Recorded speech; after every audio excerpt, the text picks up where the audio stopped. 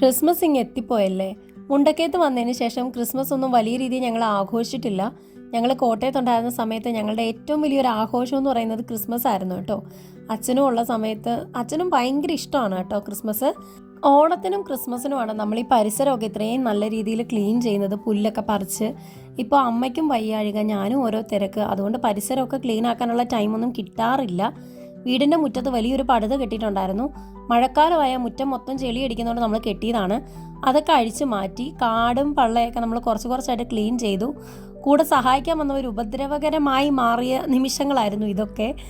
അത് കഴിഞ്ഞപ്പം നമ്മൾ ദേ ഇത്രയും കാര്യങ്ങളൊക്കെ ചെയ്തു വെച്ചു. മിക്ക എല്ലാത്തിനും എൻ്റെ കൂടെ കട്ടയ്ക്ക് നിപ്പുണ്ടായിരുന്നു കേട്ടോ. അപ്പോഴേക്കും അമ്മ എനിക്കൊരു കാപ്പി കൊണ്ട് തന്നു. സമയം 5:30 ആയി കേട്ടോ. വൈകുന്നേരം ജോലി കഴിഞ്ഞ് ജിമ്മും കഴിഞ്ഞ് വന്നിട്ടുള്ള പരിപാടിയാണേ.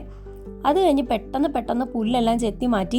ഒരുപാടൊന്നും നമ്മൾ ക്ലീൻ ചെയ്യുന്നില്ല, മഴ വരുമ്പോൾ മണ്ണ് ഒലിക്കുന്നതുകൊണ്ട് അത്രയും ഭാഗത്ത് നമ്മളിങ്ങനെ പുല്ല് നിർത്തിയിട്ടുണ്ട്. അങ്ങനെ ഞങ്ങളുടെ പണി കഴിഞ്ഞപ്പം വൈകുന്നേരം 7:30 7:45. പിറ്റേന്ന് രാവിലെ മുറ്റം കണ്ടപ്പോൾ സന്തോഷം തോന്നി. ആ പടുത മാറ്റിയപ്പോൾ തന്നെ ഒരു ഐശ്വര്യമായിരുന്നു. വെയിലും വെട്ടവും ഒക്കെ വന്നിട്ട് മിക്ക മുറ്റത്തെല്ലാം കുഴി എടുത്തിട്ടേക്കുന്ന കണ്ടോ. പിന്നെ ഈ ചെടികളൊക്കെ പടുത കാരണം മറിഞ്ഞു കിടക്കുമായിരുന്നു. നല്ല മഞ്ഞ ചെമ്പരത്തിയാണേ. അതൊക്കെ നേരെ നിൽക്കുന്ന കണ്ടപ്പോൾ ഒരു സന്തോഷം തോന്നി. ഇന്നലെ വൈകിട്ട് ശ്വാസം മുട്ടലും മൈഗ്രെയിനും കാരണം ഉറങ്ങാൻ പറ്റിയിട്ടുണ്ടായില്ല. എന്നാലും നമ്മൾ ഡ്യൂട്ടിക്ക് പോകണം. ഇന്ന് ശനിയാഴ്ച ആയതുകൊണ്ട് രാവിലെ ജിമ്മിൽ പോകുന്നില്ല. ഡ്യൂട്ടിക്ക് പോയിട്ട് വൈകിട്ടേ ജിമ്മിൽ പോകുന്നുള്ളൂ കേട്ടോ.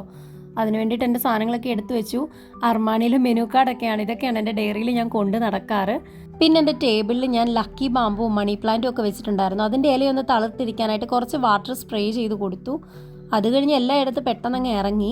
ഇത് കണ്ടോ, 11 മണി ആകാറായിട്ടുണ്ടായിരുന്നു കേട്ടോ. പിന്നെ എനിക്കിന്നൊരു ബുക്ക് വന്നിട്ടുണ്ടായിരുന്നു. ഞാൻ ഓർഡർ ചെയ്തതാണ്. വേട്ടമൃഗങ്ങൾ എന്ന് പറഞ്ഞിട്ട് നമ്മുടെ സിംസാദ് നെല്ലിവിളയിൽ എന്ന് പറഞ്ഞൊരു ചേട്ടൻ എഴുതിയതായിരുന്നു കേട്ടോ. ജിമ്മിലേക്ക് നടക്കുന്ന വഴി നമ്മുടെ കോസ്വേഡ് അവിടെ കണ്ടാണ് കേട്ടോ ഈ കാണുന്ന പച്ചക്കറി കിറ്റ് വിൽക്കുന്ന ഒരു വണ്ടി. അമ്മ എപ്പോഴും പറയും ഇങ്ങനെയൊക്കെ കാണുമ്പോൾ മേടിക്കണം, എല്ലാവരും പച്ചക്കറി കടയിൽ നിന്ന് മേടിച്ചാൽ ഇങ്ങനെയുള്ളവരെ സഹായിക്കേണ്ടതെന്ന് എൻ്റെ അമ്മ എപ്പോഴും പറയും. ഈവനിങ് ജിമ്മിൽ പോകുന്നത് ഭയങ്കര ശോകമാണ്. ചേച്ചിമാരൊന്നുമില്ല, കുറച്ച് കൊച്ചു പിള്ളേർ മാത്രമേ ഉണ്ടായിരുന്നുള്ളൂ. അപ്പോൾ ഇത്രയേ ഉള്ളൂ കേട്ടോ ഇന്നത്തെ വീഡിയോ.